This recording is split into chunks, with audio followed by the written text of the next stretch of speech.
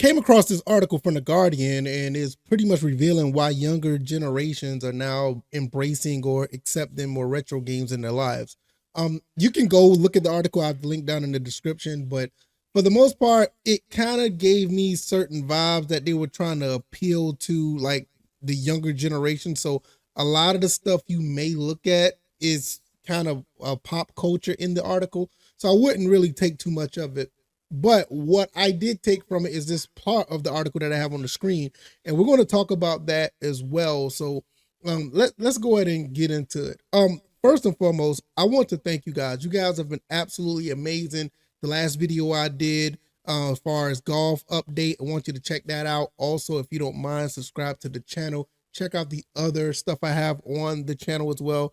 We are getting close to 500 subs, and it's thanks to you guys. You guys are getting this channel moving, and I'm going to do my best to bring you the best content possible when it comes to gaming, just my thoughts and opinions of what's going on in the gaming world, and the type of gaming that I do at the same time. So basically the voice of the gamer is this channel, the VF Cast. So thank you for coming by, and hopefully you enjoyed this video.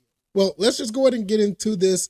For the most part, I don't want to go too far into the article. I basically just want to talk about what I see on this part of the article here, and I'm gonna give you my thoughts and opinions, and I'm gonna add some basic commentary for my experience with this generation coming up. So this girl named Gabby that's on TikTok, his name is Babes Gab, in a growing community of so-called cozy gamers.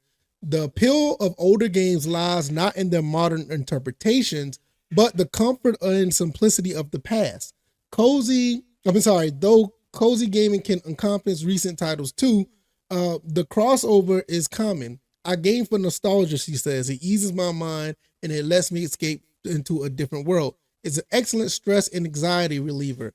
Now, I want to let you guys know how this works out for them, and I'm going to add my 2 cents to how it works in my daily life with me and my son, because I think this holds a lot of weight.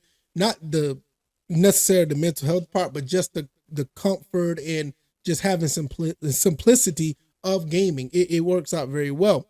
2002 study revealed that half of Gen Z said gaming improves their mental health. In a world of relentless technology advances and increasing AI anxiety, Rivera, I guess that's her name, or Gabby Rivera, I'm not sure, wonders whether Gen Z affinity for retro gaming is connected to its stability. It provides a constant. If it provides a constant, it's not going into morph into something else tomorrow. Yeah, I said, retro gaming is what it is. I mean, you play it, you have fun, and you move on. There's not this ongoing thing with live services or whatever the case may be. It's not none of that stuff that's going on. What's cool today will be different tomorrow. I mean, retro gaming is just basically what it is. You have fun playing in that time frame of what the game was about. Given the continually disrupted times this generation has grown up in, it's hard not to see why younger players are finding something comforting and unthreatening in pixelated graphics. The janky character animations of an early Grand Theft Auto or the ever predictable NPC sound bites. That's really weird. Yeah, like I said, it's so much going on in this world. They pick up their phones. Some of these guys on social media, and it goes all over the place. Some of these people here are just inundated with a lot of information. But with this type of gaming back in the day, it's pretty much easy. As technology fixated on the latest and greatest, retro gaming offers a refreshing break, perhaps a comforted idealization of simpler times. But more than that, the games of the 80s and 90s are the foundation on which gaming giants of today were built. The music, the graphics, the dialogue, the clothes is a whole experience, says Gabby. There's a deeper cultural significance. It's a piece of history. And like I said, it goes into those things without saying, because for me, and my son, he's starting to understand the time that I grew up in. Me and my wife, we grew up in the games that we played. Like, I remember back in the day playing Pac-Man, and I had so much fun playing Pac-Man. I played some of the older stuff. I still play some of the older stuff. But with that being said, I am more connected to like the new Pac-Man game, like the Pac-Man Championship Edition.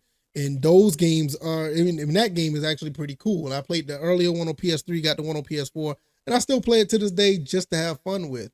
Another game that me and my son has been playing, like me and him played a lot of games lately. I mean, we played like Mario versus Donkey Kong together. We've played Luigi Mansion 3. We've also been playing Ninja Turtles, which, actually now he wants me to play some Ninja Turtles with him today. And I'm going to play with him because I always have fun playing video games with my son. It's always a great time. And he always wants to play the older stuff for the most part. Like even like Mario Donkey Kong, that was an older game. Luigi Mansion 3 is basically Luigi Mansion 1 on the GameCube. And we'll come in here where I got most of my retro games. We played Mario All Stars the other day, and that was absolutely phenomenal. So there's a lot to this article. I think they're trying to do a little bit to it.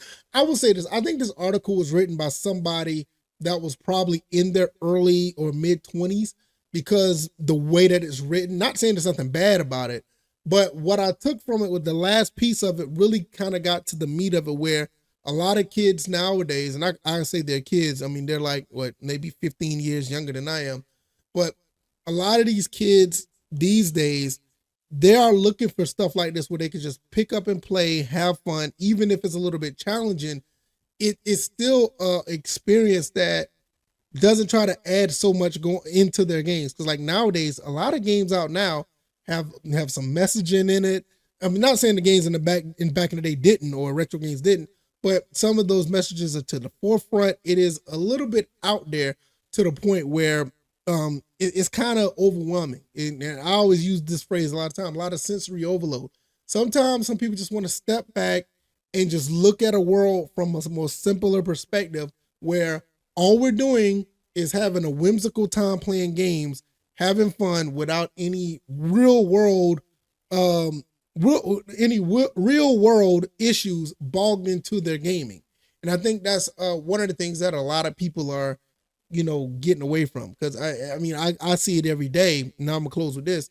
I see it every time when I go to a retro game store. I see a lot of kids there. Is a lot of kids at the retro games. I remember one day at a store, and all the kids, it was like about 10, maybe 10 or 11 kids in a group, and they had to be no more than maybe 7, anywhere between 7 and 9 years old. My son was along with them. And they were all just talking about these games on the Nintendo Switch. And some people were talking about some games on the PS4, PS5, or Xbox, but all the games they were talking about were like the games that we, people that my age just grew up with. They were talking about like Minecraft. They were talking about Mario. They were talking about Mario Kart. They were talking about Sonic. They were talking about what was the other game? It was a couple other games they was talking about that I really didn't catch on to, but it wasn't none of these other games that you hear about nowadays when it comes to like modern gaming. It wasn't like any of these AAA games. There was a lot of games that kids, like people that I grew up with, were just basically talking about back in the late 80s, early 90s. And it was refreshing to see that, because I get on YouTube all the time and I see all this stuff about activism in gaming and all this other stuff. But it was just really refreshing to see a lot of these younger generation kids going back and they're just playing the games that are fun. And I think that's something that the industry itself need to get back to. I think a lot of games are trying to tell stories, tell messages, and trying to do a lot of representation, where in some cases, if a game is just fun to play, people are going to like it. It is what it is. And I always have to talk about my racing reference. It's one of the reasons why I like racing games, because everybody wearing racing gear. You don't know if there's a male or a female. We just want to know if the car drives great. It's all good. But nevertheless, let me know what you guys think about this. I have the link to this article down in the description. Like I said, it may, if you're my age in your, mid, I can say mid, but late, 30s, early 40s, you probably going to look at this a little bit different, because you probably going to read it differently. But I kind of see what those going at. And I think it's a pretty good article, all things considered. So I'm going to get out of here. Matter of fact, I'm about to go play the Cowabunga collection with my son. We already played Turtles in Time over here on the CRT, so we're going to play some on the flat screen. All right, y'all. Y'all take it easy, and I'll see you guys on the next one. All right, y'all. I'm out. Peace.